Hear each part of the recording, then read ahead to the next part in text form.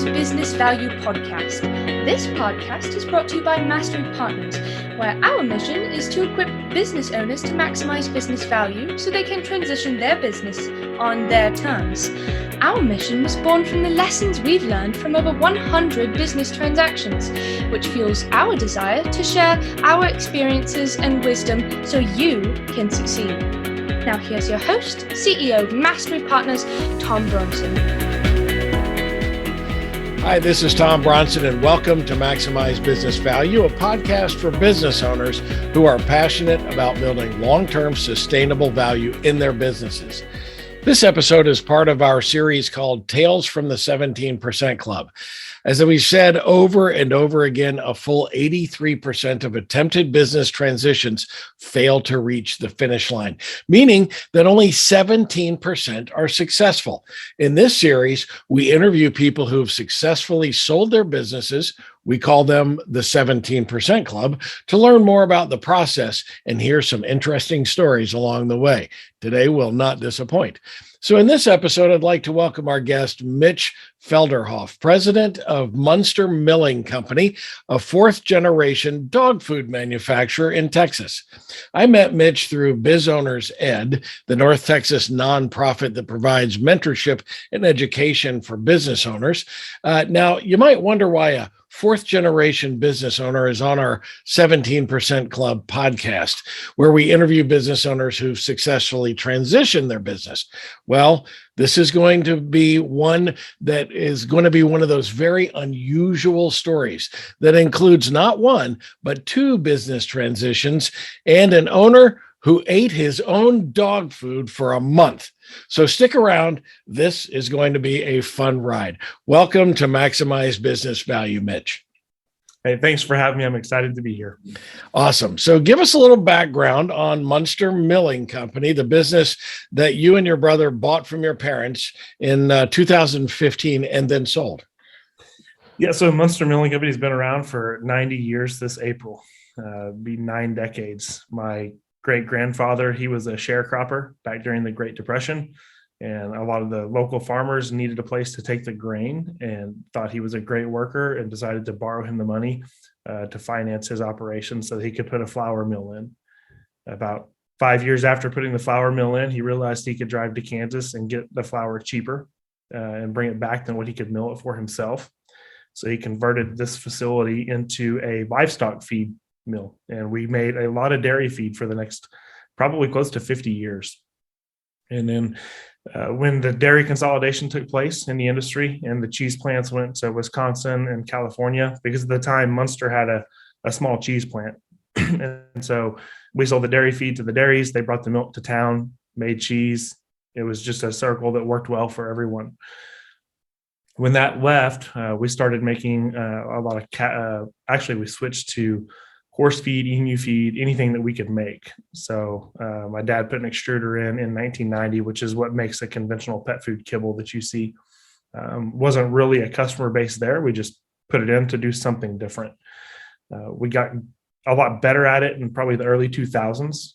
I joined the business in 2007, was only going to stay for a short time, had some success, excuse me.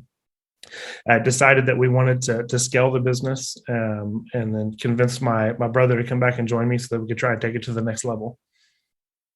Wow, that is quite a long history. Just about to celebrate the 90th anniversary. That is amazing. Now your father's still around. Is your grandfather still around? No, my grandfather, unfortunately, he passed probably about 5 or 6 years ago. Dad is still around. He is just no longer in the business. No, got that. So, well, let's talk about that. Let's talk about that kind of that first transition, buying your parents out. What precipitated that transaction, and how did you pull it off? Well, working for your parents is a unique dynamic in itself. I've done it myself before. In fact, I have the dubious distinction of being fired by my father twice. So I think they probably told me that 3 or 4 times. I just never listened. But yeah, they brought me in. Essentially, when they hired me, it was to bring change to the business and modernize it and turn over some new pages. At the end of the day, they didn't agree with all of those, but they could see that the business needed some of it. My dad had turned 58 and was tired of borrowing money and being in debt. And the changes that I wanted to make required additional debt.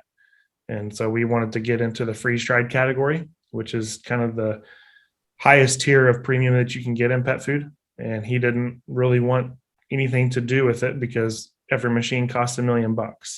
And we were going to need quite a few of them to ramp the business up. And so he said, you can do it, but not with my money. And if you want it, then you're going to have to buy it. So I'm tired of being in debt. I'm tired of working so hard. And if you want to do it, you can, just not with my money. Wow. So it was okay with you making the changes, but he wanted you to buy him out. So is he the guy that came up with the idea to actually buy your parents out? No, that was actually me, because in a family type setting like that, your dad says that in a business, that doesn't necessarily mean he's ready.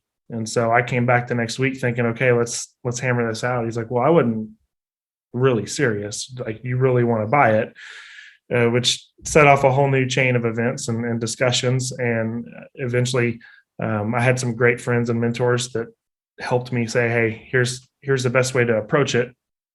Ironically, after meeting with them, walked into the office one day and there were some private equity guys getting a tour.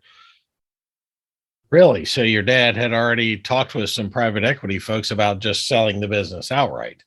He took a call between that conversation and the few weeks that I went and consulted with some mentors, and came back in and they were getting a tour, and I sat down and had a nice discussion with them, and they were interviewing me for a sales position for the new company, and interviewing my brother to run operations. They had several other facilities that did similar functions to what we did, and wanted to give us both a role in that. And we declined and said, no, we don't want to continue working for someone else. We're trying to build our own thing here. And that was you and your brother. You were both unified in that position. Absolutely. Yeah. Cause he had spent probably 7 or 8 years prior working for Gavilon, which is similar to like a ConAgra Foods.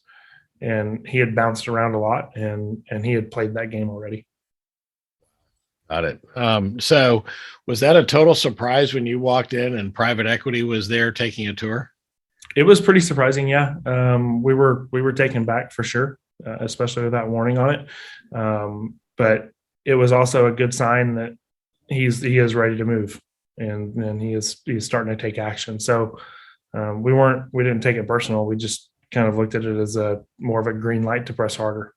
What a great lesson to share with other family business folks that might be listening to this podcast, that it's not a personal thing. It is business, right? It's part of your family, but it is business. And you took it exactly the right way. This is now a clear sign that Dad's ready to go.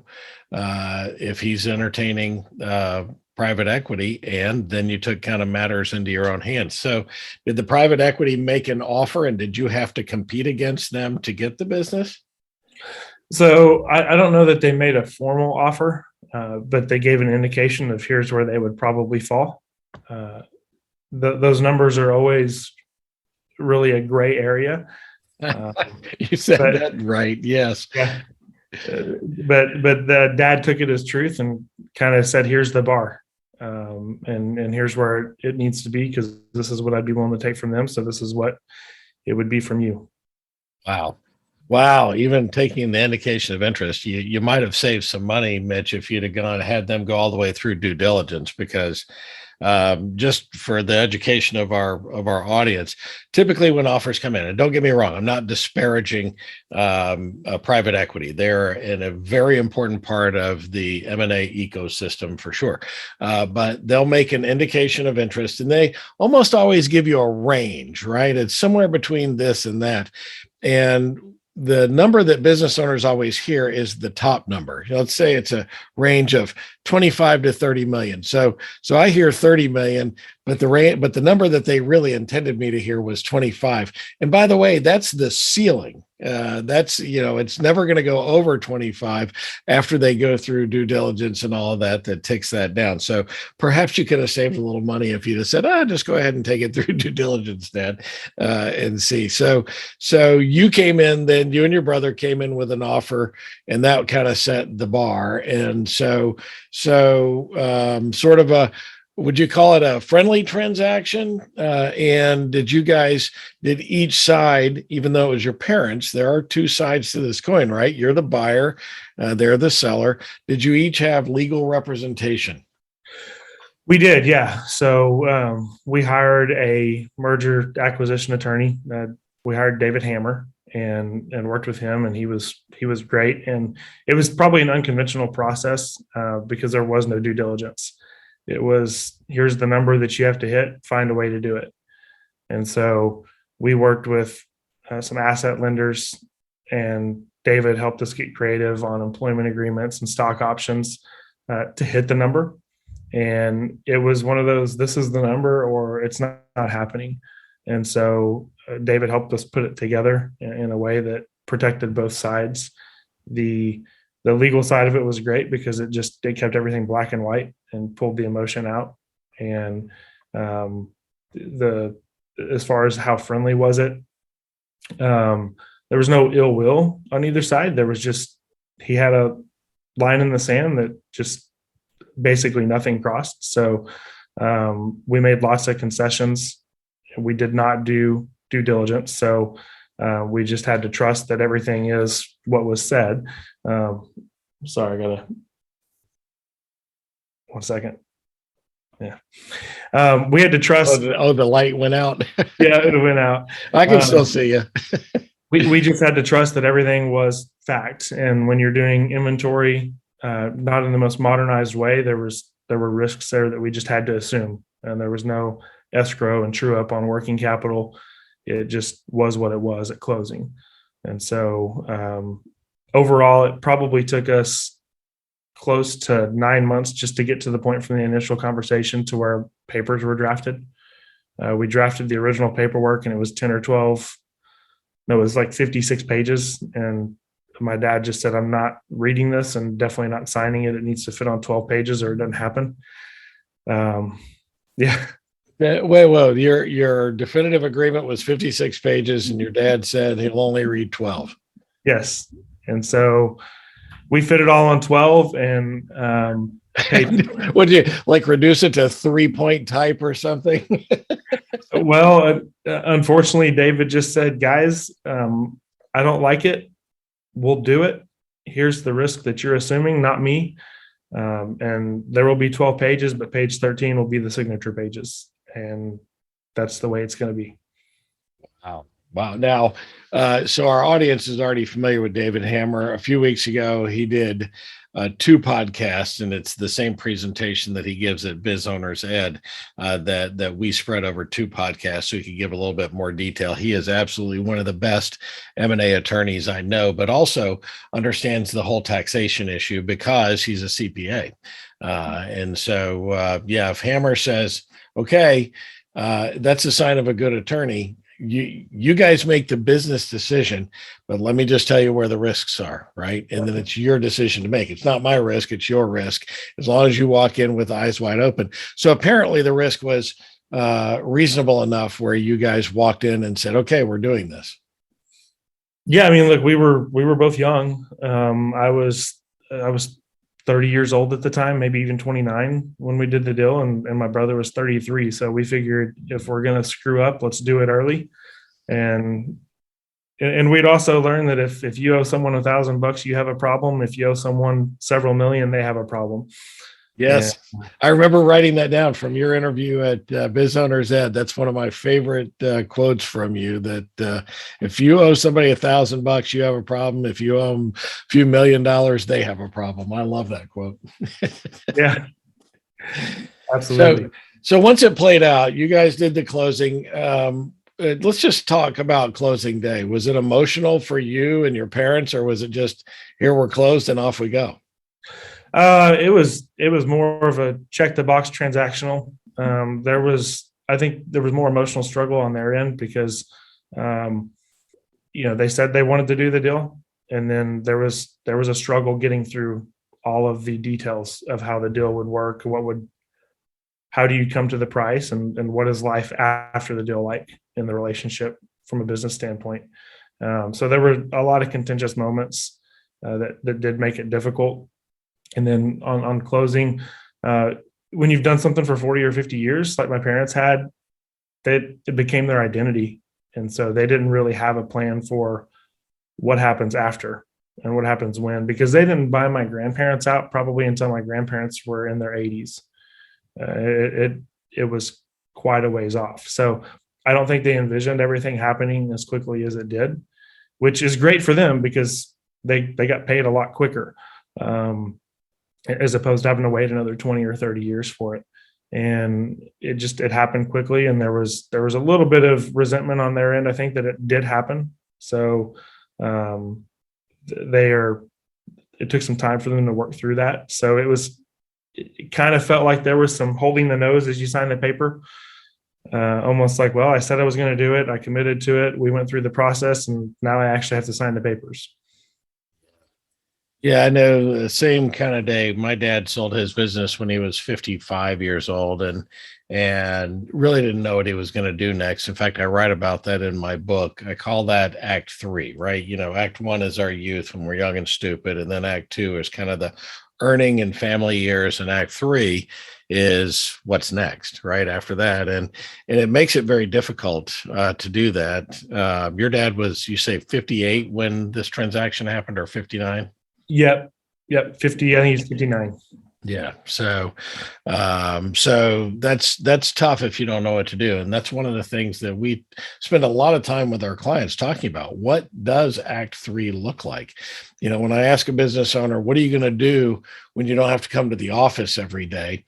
And if the answer is, I'll just play golf, then I have to hire or holler BS on that, because you can only play so much golf, and then you get bored with it because you want some value in your life. And so I'll bet that was a struggle for them. Maybe I'll have them as a guest on this podcast to talk about that at some point. So you got through the transaction, and it finally played out. Were you able to actually make the changes and get the money that you needed to modernize the business? And if so, what was the result? Yeah, so we did well at first. We got a line of credit. We had a great banker that we worked with locally that worked at a land bank. Chad and I played football with him in high school, and he had been trying to work with us for a while. So he was very instrumental in helping us put the program together. His name's Craig Hartman, and works with Lone Star Ag Bank, and was just a tremendous individual and set us up with a line of credit to go along with the debt purchase. Because if you don't have a line of credit and no cash, you're in trouble. So it was awesome. We made a lot of changes day one that we had wanted to make from a pricing standpoint, how we managed inventory, and just who we were purchasing things from. And so it led to some immediate success. And in that first year, we had just a fantastic year where I think we increased our margin by close to 50% by making a lot of the changes that we wanted to, and ended up doubling our profit for the year. Which, did you still share your financials with your parents, and did they go, "Wow, maybe we should have made these changes"? Well, they were still there for a while. Part of the deal with Dad was he didn't have to give his office up for 2 years because he didn't know what he was going to do, but he knew he wanted to come in, and was probably one of the most notorious chain email forwarders in the country. He would just forward email chains nonstop with jokes and political statements, and had lots of hot opinions. And so they were able to see the numbers coming through, and it actually probably stung them a little bit more than it made them celebrate at first. Well, I'm sure at the end of the day, they realize how proud they are of you guys doing that. When my brother and I, similar situation, my brother and I worked for our father, and we would bring him ideas and things. My dad, unlike your situation that you described, his stock answer was always, well, why don't you give it a try? And we didn't learn until way down the road after he sold the business that used to make him angry, because the ideas that we had and the stuff that we were bringing to the table were ideas that he'd had on his own years before, but tried to pull them off and couldn't make it work. And then we worked, and then we figured out how to pull off the things, and so he would just say, give it a try. And he said, that used to piss me off that you guys would be able to do the things that I couldn't do, but I couldn't be prouder, right, of you guys' ability to be able to do that. So that is an interesting kind of dynamic. You just brought back a flood of memories about that with my dad. Unfortunately, my dad passed 3 years after he sold the business. And so he's been gone for now 22 years or 20, coming up on 23 years, I guess. So we're coming up on a break, but before we do break, a couple of quick questions. Let's tease the audience with a little bit about your second transition. What made you decide to sell the business not long after you and your brother bought it? Well, it wasn't long, but it felt like 90 years. We essentially created a new vertical and category within the business, and we borrowed heavily against it. So we reinvested every penny we ever made from the company, continued to go straight into the business. And so we were heavily leveraged, and we got to a point to where, borrowing $1 million at a time was no longer feasible to help continue the growth where it needed to be. And we needed to take bigger chunks and build new buildings and new facilities. And so we were at a point where it was either sit here for the next 5 to 8 years, save every penny you make so that you can reinvest it in 5 to 8 years and hope that the market doesn't pass you by, or get aggressive and go find, professional money now to build the facilities that you want to build and build the program and the business that you really want to build. Because we had watched the business get passed, all 3 generations got passed at some point. My great-grandfather got passed by people that could do flour better and cheaper. My grandfather got passed because the industry consolidated and moved out of his reach. And my dad got passed on the natural pet food because we didn't put more extruders in and have more space. And we didn't want to get passed again. So we had started something really, really strong, and we wanted to continue to leverage that. And we didn't have the resources we needed without bringing help in. That is wildly insightful about your own business and kind of thinking about the historical lessons that led you to that decision. So how long was it after you bought out the business that you started thinking about then finding additional capital to grow this? I don't even know what the time span was. It was about 2 years after, because Okay. we actually tried and failed on an expansion opportunity. Up here in Gainesville, we tried to do a $30 million expansion through an opportunity zone, and we actually made it almost to the finish line. We were about a month away from signing, and the steel tariffs went into effect, and the price of steel went up about $3.5 million for the project. And we called the bank and said, hey, there's been an adjustment from the bid on the contractor. We're going to need an extra $3.5 million on this project. And they said, no problem, just bring cash to make up the difference, which we did not have.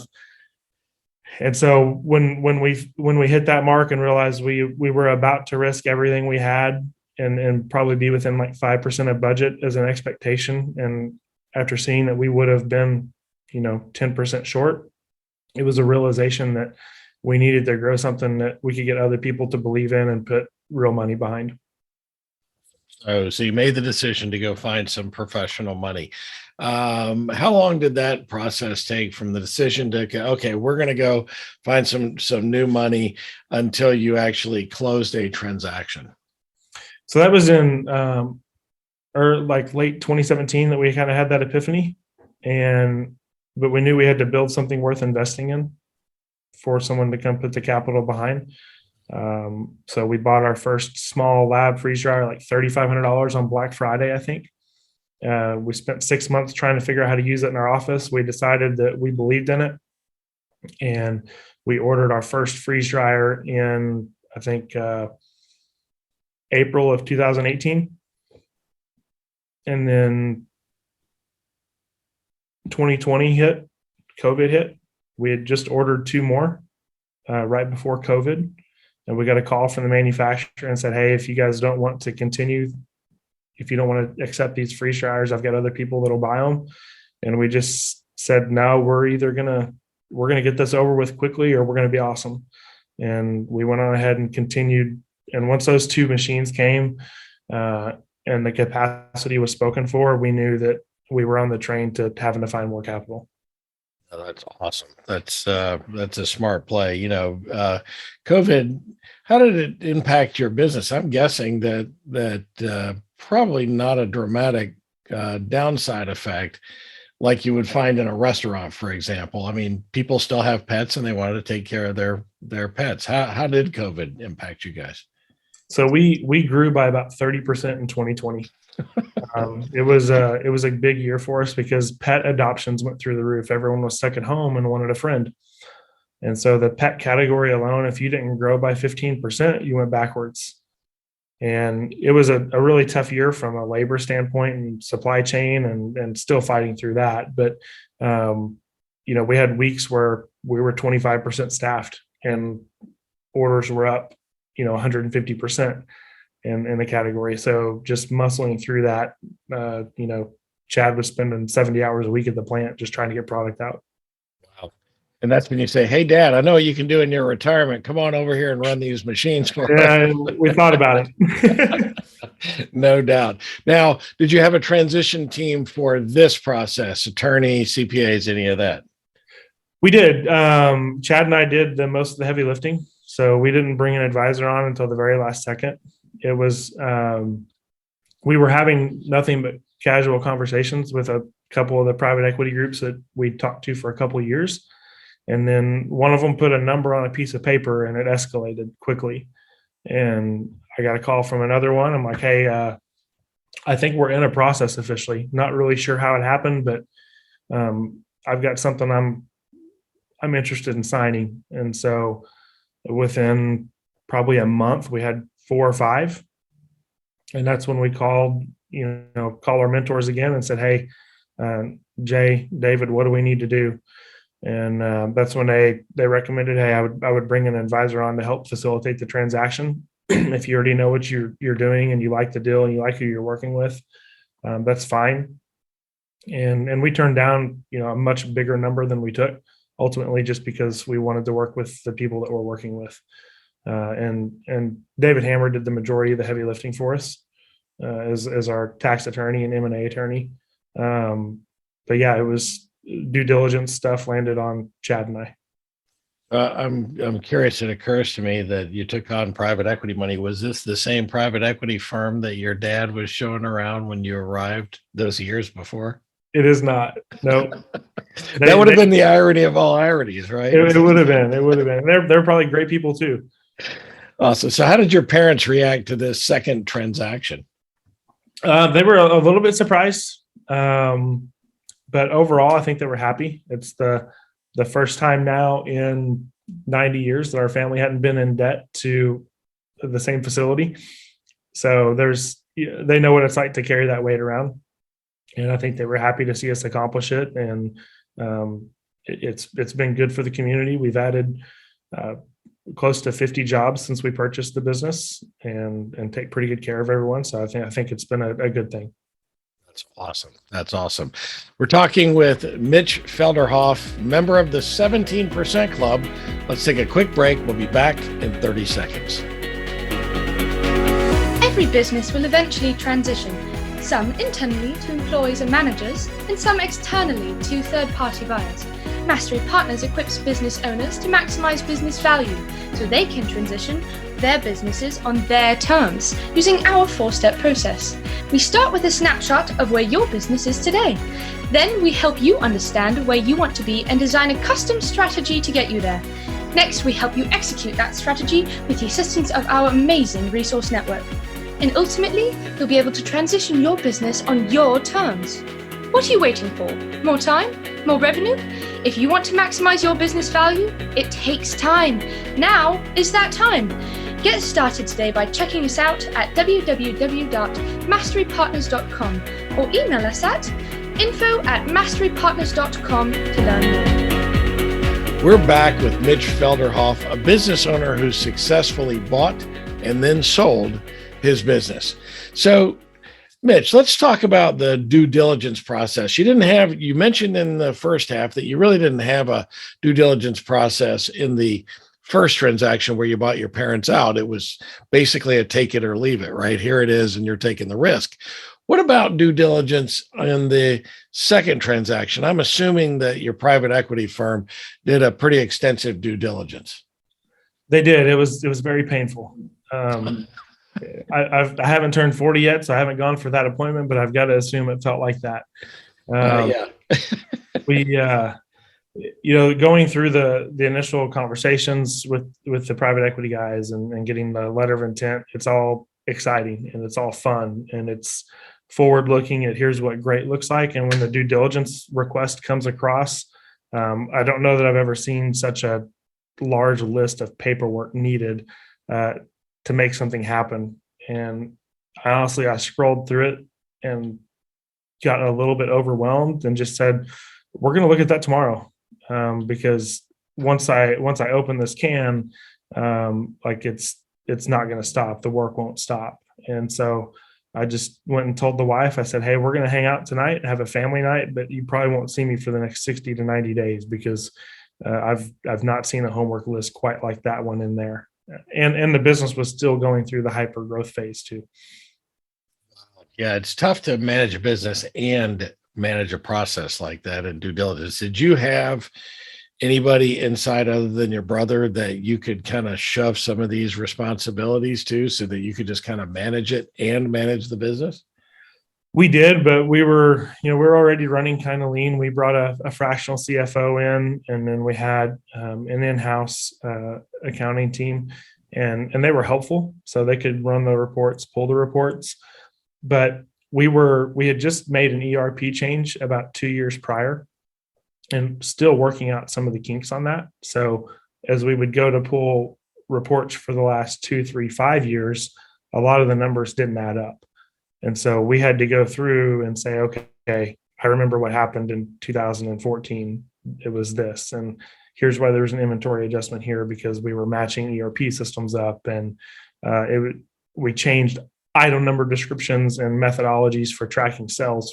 And so you would see a giant drop off in 2017 and we couldn't figure out why. It was because we changed the way those items were coded. And you have a 90-year-old building, a couple of them, that you find yourself in storage closets digging through boxes that haven't been opened in 30 years looking for title policies. And you're going to every lawyer and title company in the county. Do you have any records of Muenster Milling Company from I've got all the way back to 1956, but I can't find anything before that. And we've got to verify there's no liens. And it was a major process. I bet so. So were you bang on? Was that 60 to 90 days that it took to get through the due diligence? Yeah, we started I think we signed the letter of intent on May 25th and we got the deal done on August 10th. So, all right. So I got to tell you, that is pretty impressive, right? I mean, they don't always run that quickly. You guys must have really been hammering it out. There's an old saying that my mom used to say to me when I was getting my license: speed kills, son. In other words, drive a little bit slower. Well, the same thing applies in M&A transactions. Speed kills, but it means exactly the opposite. If you drag on, and due diligence drags on for a long time, it tends to kill a deal. And so I'll be honest with you, signing a LOI in May and closing in August, that's pretty quick. And that's impressive, especially with a long list of requirements. I'm never cease to be amazed at the business owners who get that list and are overwhelmed with the work. I think you did a very brilliant thing by saying, I'll open this tomorrow. Let me go home now and spend some time with my family because I won't be back. In every due diligence process that I've been through, even though I've had teams of folks to help me in those things, it's basically Saturdays and Sundays. You have to run the business, right? So you're working at night on the due diligence and Saturdays and Sundays and trying to get it done. And because otherwise the business can fall apart while you're focused on this transaction. And so I applaud you for doing that. One other comment, private equity firms and other strategic buyers typically employ data analysts, right? I mean, they can rip apart a spreadsheet faster than anybody on the planet. And it's really in your best interest to hire somebody on your side the same way.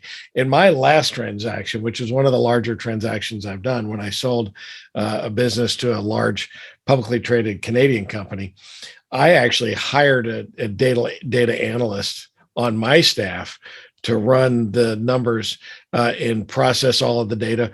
Same situation like you. We had two old data sets and trying to pull the numbers together, and how do we match these numbers with those numbers? And so I hired somebody on my side to do all that work, which made the whole process go that much easier. So once you got through the whole due diligence process, did it add or take away value from the business? It actually didn't change anything. So really, that was one of the questions we asked them during the interview process. Was I said, okay, if we sign a letter of intent here for this number, give me a realistic number of where you guys see this falling. And they just said, well, look, our intent is to stay at that number. That's what we feel the business is worth, and that's what we feel like a fair price is. Our goal is not to beat you up through the process, and they didn't at all.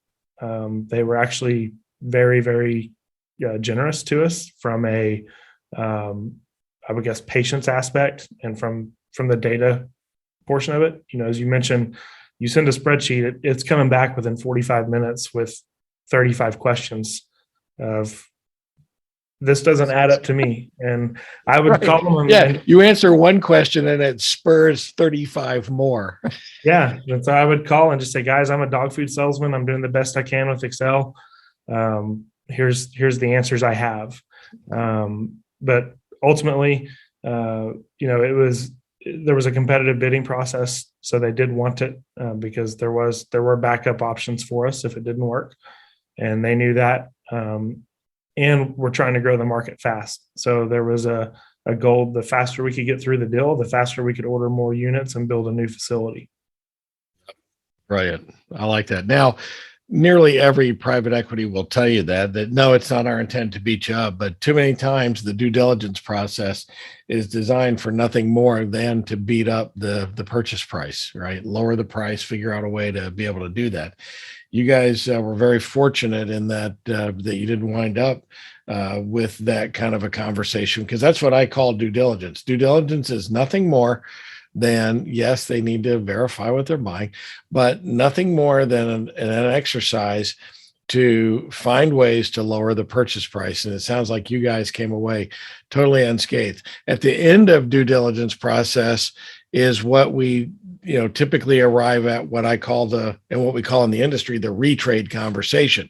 Come back and they'll give you a list of things that they found, and this is why we need to reduce the price. But it sounds like you never had that retrade conversation then. We never did. I think part of it, we didn't hire a banker ahead of time. And we were nothing but transparent the whole time. We didn't try and fluff any numbers on, hey, here's where we really are. Here's hidden profit. We didn't give adjusted EBITDA numbers. We just said, here's what the business is and here's what we're doing. And we're being truthful about it. And you can trust, like, you can verify it. And they did. Zane Terrence represented us from the investment banking side. And so, he had a couple of conversations with them. Was, guys, they weren't coached up to add anything here. This is what it is. This is where the business is. And that's where they are. They accepted that. And then they verified it and said, yeah, you know what, we agree. Everything is good. They didn't, they could have beat us up if they wanted to. They could have found some ways to say, hey, this right here, we can ding you here. And they didn't do it. Good for you on that. I got to tell you, that's one of the things that I advise our clients all the time. As our audience already knows, we help business owners prepare their business for a transition. And while you're right, there are many investment bankers or brokers that will try to kind of polish the truth a little bit. Sometimes it's polishing a turd, but we say give the unvarnished truth, right? If you know where the skeletons are, if you know where the challenges are, identify that stuff right up front, because if you do disclose that in advance, and they can never come back to you and lower the purchase price because you were trying to hide something from them, right? So I've always said that, and I love that that you guys took that approach. It sounded innocently because you hadn't been coached up by a investment banker or a business broker, but I think that is, to me, the right approach, and it's the same approach that I've always taken. So you're not going to find anything because I've told you everything, right? I've said where the problems are and what we're doing to fix them, and so take it at face value. I actually had somebody in a retrade conversation try to go back and reduce a purchase price. It was on this last transaction by $2 million over something that they discovered.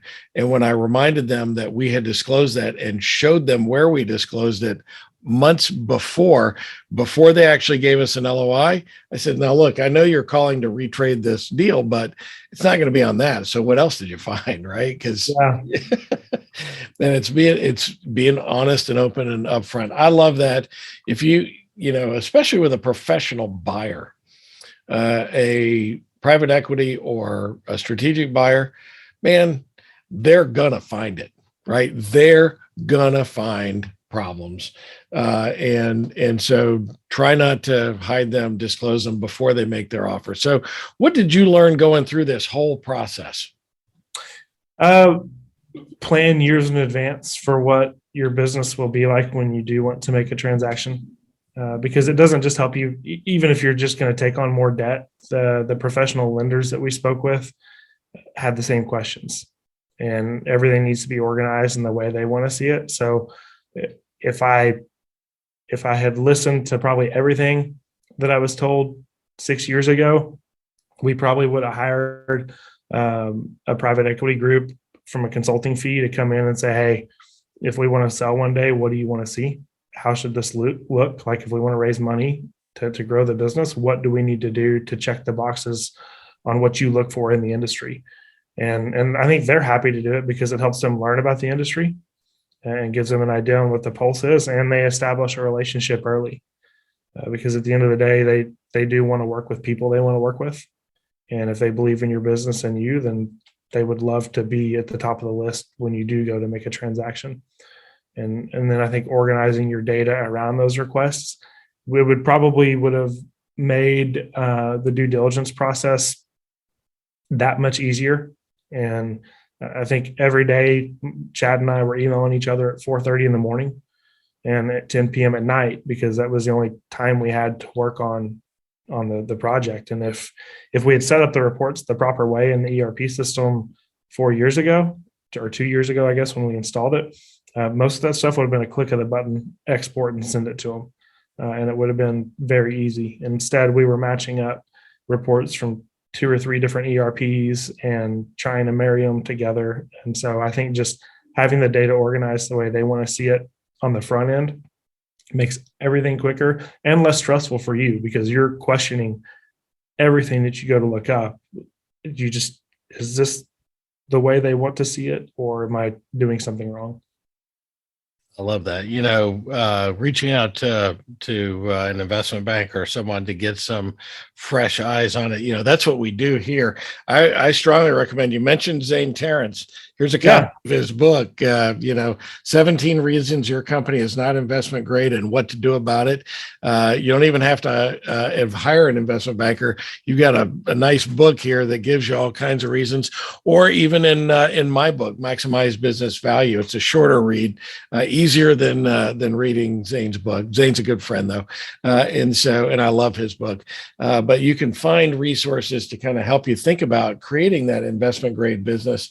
And I think that's some great advice, starting a little earlier, thinking about the long play, right? So many business owners are caught in, the long term for them is what's going to happen before year end. No, what's going to happen in 5 years? What is it going to look like in 10 years? And think about that long term in the long game, so that you can articulate that and do that. I think that is some great advice. What other advice would you give to business owners who are looking to transition? Know what you want, like, and be very, very clear about it. And when you go through the deal, you'll have opportunities to tell them what you want. And if you're not decisive and clear on it, then I think that can cause speculation and uncertainty on their end in investing, because they want to know that you have a plan, that you're not scared to be decisive and convicted about what you want. Because if you're just, oh, it might be nice to take some risk off the table or put some chips in my pocket, they don't have any interest in that. They're not playing poker. Like, it's more calculated than that. And so just really know what you want really out of life. And if you can discuss it with your family ahead of time and say, hey, what does success look for us in 3, 5, 10, 15, 20 years? And then how does this play into that equation? And for us, it made sense to take risk off the table and put a little bit of money in the bank finally, and start to grow our plan for our life for the next 10, 20 years. I will tell you that's kind of one of my regrets, that I didn't involve my kids in those kind of decisions. I have my wife. My wife and I have been married for 31 years. And I think it's 30. I keep saying 31. Are we coming up on 32? I don't remember. No, it's 31. So she knows that I keep up with that stuff. And so, but I would involve her in a lot of conversations, but I wouldn't involve my kids. So that's one of those kind of long-term regrets. So if you're a young business owner who are paying attention here, involve your whole family in that. I think that is wonderful advice to give. You sold the business, but you're still in the business. So what are you doing now? I'm heavily involved. So my title is president of sales and marketing, which is a fast growing business on the private label side. So heavy private label. And then we also have a brand and a D2C channel. I essentially help manage all of those.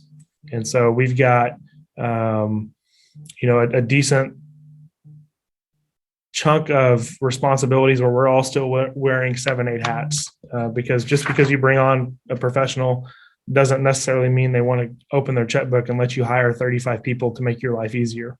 The goal is for the business to run and hit the numbers that it needs to hit. And so I still get up plenty early and stay up late, getting the project done. But it's now we have the runway to achieve what we think we can achieve. And so our goal is to create healthier alternatives to conventional pet food diets for the pet owners and to reach as many people as possible. And we couldn't do that without increased capital and better facilities. And so that's where we are today, is trying to accomplish that. So you and your brother still have some ownership piece in the business? We do. Yep. The majority of our net worth is still tied up in the business, and we wanted to bet on ourselves and also keep that pressure to keep delivering. If you get too comfortable, sometimes you stop taking or throwing punches, and we wanted to have all the reason in the world to keep running hard. Excellent. And I have to tell you, that is a story that professional investors love to hear. They're just like others.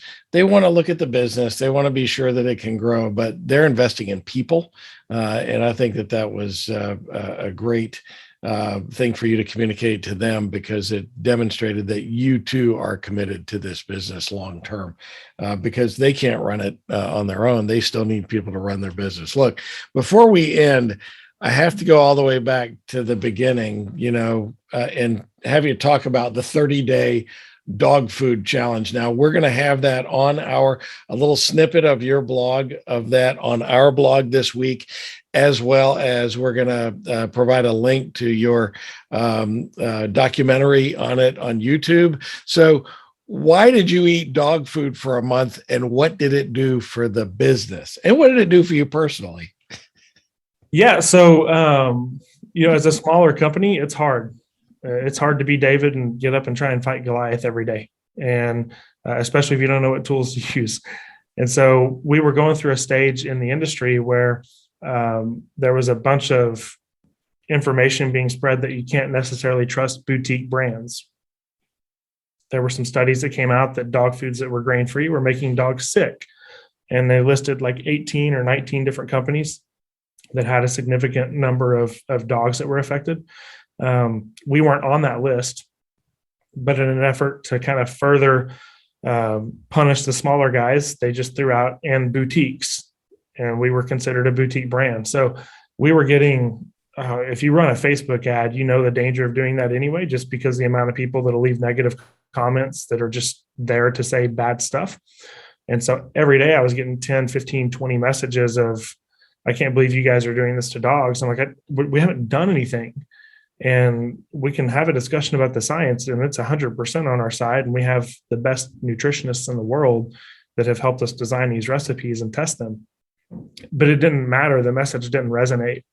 And I was like, well, I'm kind of done having that conversation. I'll just eat it for a month. And no other CEO is going to do that. And if that's not good enough for our customer, then they're not really the right customer for us anyway.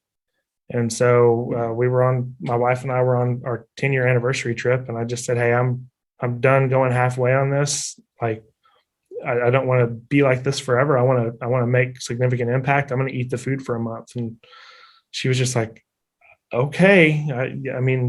I believe you that you'll do it. And like day 6 or 7 is when we first told anyone, because I was just intimidated by the process. Like, it's easy to say, hey, that would probably get some attention and be good from a PR standpoint. But when you go to do it, it's a little intimidating to realize you're only eating dog food for the next month. And you didn't supplement with anything else. It was just the dog food. Just dog food and water. No alcohol, no coffee. Like my head would explode if I didn't have coffee. Yeah. Yeah. I ended up losing 30 pounds. My cholesterol and triglycerides dropped in half. Blood sugar was down. Testosterone went up. So everything that they could measure in my blood was a positive. So did you get a baseline before and then go back to the doctor afterward? I did. Yeah. I went to the doctor, did blood work like 2 days before I started. And then on the very last day, went to the doctor as well and hit like 30 pounds on the dot. Oh my gosh, what a great weight loss program. Maybe, I've been trying to lose about 30 pounds. Maybe I'll eat dog food for a month. It'll fall off of you. Oh my gosh. Now, was it terrible, or was it, no, it really wasn't that bad? It was terrible. We had a few things, Tom, that like they didn't taste that bad. But part of the goal was to eat everything we made. And some of the things that didn't taste that bad weren't really suitable for like a full diet. And, but yeah, it was not, you didn't look forward to it. I mean, pizza gets old after 4 days, and even if it's your favorite. So dog food especially got tiring. Well, that would be my story. My wife and I actually owned a pizza restaurant at one point. It was a very high-end pizza restaurant, and we were really to the point our kids were teenagers at this point, and they would, what's for dinner? And we'd be at the restaurant. We're like, which pizza do you want us to bring home? Right. So our kids, I called it an occupational hazard that our kids were going to eat pizza, 6 times a week. Sorry. It's got all the major food groups, right? So if you put some fruit on it. Yeah. Vegetables, carbs, protein. Absolutely. Well, awesome. So one last business question before we go. By the way, be on the lookout for that blog post and the documentary video. It'll blow your socks off. So our audience needs to pay attention to that this week. One last business question. This podcast is all about maximizing business value. If you had to boil it down to one thing, what is the one most important thing you would recommend business owners do to build long-term value in their business? Focus on your strength and don't get distracted. It's really easy to get pulled off sides and go try something new. And I'm ultra susceptible to that. I like to try new things and I like to go fast. But if you really focus in on a strength and really like analyze the market, so it's just analysis, capital, and execution. And if you find the weak spot and you put capital and all your efforts behind it, you will be successful. And if you continue to grow that segment, you don't have to leave it while it's growing. Continue to just double down and focus and execute and get better, because there is always better. You don't really meet. You'll probably never see peak awesomeness at your business, because someone's going to come along and make it better later. That's awesome. Well, great advice. Great advice. So, but we've gotten all the way to the end here, and I always ask the bonus question, and most of our audience listens all the way because they just want to hear the answer to this question. So are you ready for this, Mitch? What personality trait has gotten you into the most trouble over the years? Well, there's about 7 of them, but no, I didn't ask your wife to give me a list. She'd still be talking, right? So probably I'm pretty intense. And so when I find something new, I go all in on it right away. And so a distraction for me is not a minor distraction. It becomes a significant distraction quickly. And before we know it, I'm trying to launch another brand and order $100,000 of packaging, and we haven't done an analysis to see, can we even make the product, and do we have the capabilities, and how many resources are going to be needed to pull that off. And so really, I've had to surround myself with people that are brakes to slow things down, so that we don't spend too much too fast in too many different areas. I'm imagining that yours and my culture index look very similarly. We made a decision on a new direction for a piece of our business last week. And I mean, like Friday, and I was working on the weekend, and I'm on with my staff this morning at 7:30 staff meeting. I'm like, why haven't we started this already? People, come on. Yeah. Where are we? Well, you only told us on Saturday. Okay. All right. I'll give you a break. We'll have until noon. Yeah. So, hey, thanks. How can our viewers and listeners get in touch with you? You can send me an email, mitch@muenstermilling.com is really the best way. I'd be happy to talk with anyone that I can. Awesome. Thank you, Mitch, you've been a great storyteller, and thank you for being our guest today. Thanks for having me. You can find Mitch Felderhoff at Muenster Milling. Muenster is like the town, Muenster, milling.com, or you can also find him on LinkedIn. And you, as of course, like always, you can always reach out to me, and I'd be happy to make a warm introduction. This is the Maximize Business Value podcast, where we give practical advice to business owners on how to build long-term sustainable value in your business. Be sure to tune in each week and follow us wherever you found this podcast, so you'll know every time there's a new episode. And by the way, if you or someone you know has successfully exited a business and therefore a member of the 17% Club, and you'd like to be interviewed, or they would, on this podcast, be sure to reach out and let's schedule a conversation and talk about that exit. So until next time, I'm Tom Bronson, reminding you to look far down the road, because it's never too early to start planning your own ideal exit while you maximize business value. Thank you for tuning into the Maximize Business Value podcast with Tom Bronson. This podcast is brought to you by Mastery Partners, where our mission is to equip business owners to maximize business value so they can transition on their terms. Learn more on how to build long-term sustainable business value and get free value-building tools by visiting our website, www.masterypartners.com. That's master with a Y, masterypartners.com. Check it out.